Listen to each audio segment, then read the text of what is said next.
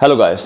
तो आज हम बात करेंगे विजय माल्या के बारे में। विजय माल्या कौन है, कहां से आया था, क्या हुआ उसके साथ ऐसा जिसकी वजह से उन्हें अपना देश छोड़ के बाहर जाना पड़ा। विजय माल्या, शान से सफलता तक और फिर भगोड़े तक की कहानी। रिसेंटली अभी उनका एक पॉडकास्ट आया है जो उन्होंने उस पॉडकास्ट में बोला है। मैं आपको डिटेल्स में और शॉर्ट में जल्दी से बता देता हूं। कभी जिसे किंग ऑफ गुड टाइम्स कहा जाता था, आज उसे भगोड़ा आर्थिक अपराधी कहा जाता है। एक आदमी जिसने शान से उड़ान भरी और फिर सिस्टम से टकराकर गिर पड़ा। यह कहानी है विजय माल्या की। का जन्म हुआ था 18 दिसंबर 1955 को कलकत्ता में। उनके पिता विठल माल्या यूवी ग्रुप के मालिक थे। बचपन से ही बिजनेस की समझ उनके खून में थी। सिर्फ 28 साल की उम्र में उन्होंने यूवी ग्रुप की भागडोर संभाली और फिर कभी पीछे मुड़कर नहीं देखा। 2005 में उन्होंने लॉन्च की किंगफिशर एयरलाइंस। शानदार फ्लाइट्स, ग्लैमरस इमेज और स्टाइलिश ब्रांडिंग ने सबको दीवाना बना दिया। लोग कहते थे ये इंडिया का रिचर्ड ब्रैंसन बनेगा। आईपीएल में आरसीबी टीम के मालिक बनकर उन्होंने क्रिकेट को भी ग्लैमर से जोड़ दिया। लेकिन हर उड़ान की एक लिमिट होती है। किंगफिशर एयरलाइंस का घाटा होने लगा और बैंकों से लिया गया लोन बढ़ता गया। उस लोन की कीमत आप लोग सुनोगे तो डर जाओगे। 9,000 करोड़ का कर्ज। 9,000 करोड़ दोस्तों, हाँ, 9,000 करोड़ छोटी रकम नहीं होती। ये आप जैसे और हमारे जैसे लोगों का ही पैसा है। 9,000 करोड़ का कर्ज और फिर आरोप लगे धोखाधड़ी और मनी लॉन्ड्रिंग के। 2016 में विजय माल्या अचानक भारत छोड़कर लंदन चले गए।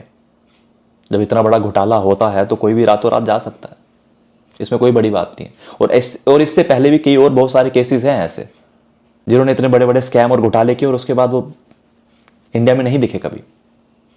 लोगों ने कहा वो भाग गया, सरकार ने कहा वो भगोड़ा है। यूके में रहते हुए माल्या ने दावा किया मैं भागा नहीं, मैं तो पहले से ही प्लान की गई ट्रिप पर गया था। उन्होंने कहा मैंने बैंक सेटलमेंट के 4 ऑफर दिए थे लेकिन किसी ने नहीं सुना। क्यों सुनेगा कोई? पहले आप इतना बड़ा घोटाला कर लेते हो, फिर बाद में आप सेटलमेंट पे आ जाते हो। आप सब लोगों को भी पता है कि सेटलमेंट क्यों होती है। जब पूरा पैसा नहीं भरा जाता है उसके बाद सेटलमेंट के ऑप्शंस आते हैं, राइट। हाल ही में जो अभी उनका एक लेटेस्ट पॉडकास्ट आया है, उन्होंने कहा अगर मुझे निष्पक्ष ट्रायल और सम्मान की गारंटी मिले तो मैं भारत लौटने को तैयार हूं। क्यों दे तुम्हें गारंटी, क्यों दे तुम्हें सम्मान? क्या किया तुमने ऐसा?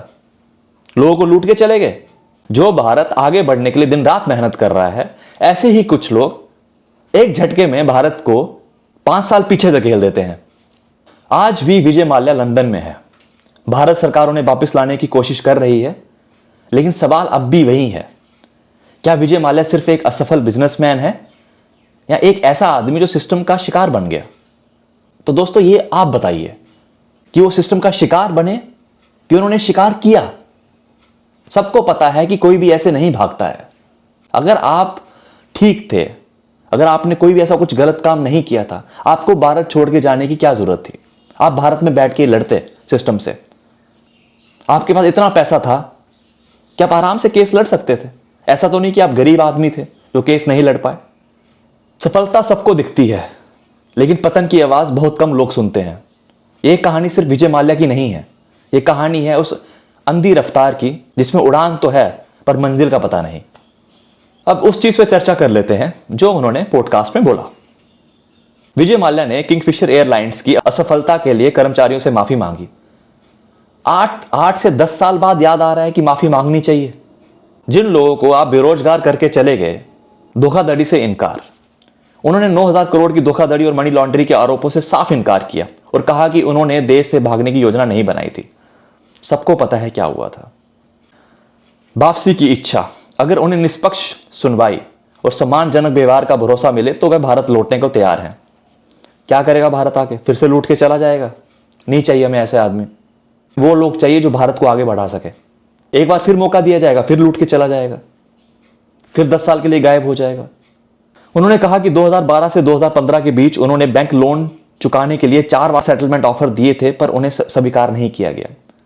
9,000 करोड़ का पहले आप गफला करो। उन्होंने भारत के बिजनेस सिस्टम की आलोचना की। विजय माल्या ने खुद को चोर कहे जाने से इनकार किया और भारत में न्याय मिलने पर वापसी की इच्छा जताई। सोचने वाली बात यह है कि ऐसा क्या हो गया जो अचानक से विजय माल्या को याद आ गया। आपको याद हो कि RCB team royal challengers Bangalore Vijay Mallya की ही है। ऐसा तो नहीं कि आरसीबी जीतने के बाद विजय माल्या ने वापसी की हो, कि सबको सिंपैथी मिल रही है, इतना गुणगान किया जा रहा है उस टीम का, तो उसी गर्म लोहे पे मैं भी हथौड़ा मार दूं और मैं भी सिंपैथी का कारक बन जाऊं। मुझे तो यही फुल प्रूफ प्लान लग रहा है कि बिल्कुल सही समय है, आप दुनिया के सामने आइए। उनकी टीम है और लोग उसको इतना सपोर्ट कर रहे हैं, तो उन्हें लग रहा है कि लोग विजय माल्या को भी सपोर्ट करेंगे। पहले 9,000 करोड़ रुपए जो आप यहां से लूट के गए हो, वो सारा का सारा पैसा हमें वापस चाहिए, जो हम जैसे आम आदमियों के हैं, हम जैसे लोग यहां सफर करते हैं। क्या आपको लगता है विजय माल्या का भारत लौटना चाहिए? कमेंट में अपनी राय जरूर दें, लाइक करें, शेयर करें और सब्सक्राइब करें। और ऐसे ही लेटेस्ट अपडेट्स के लिए हमें फॉलो करें।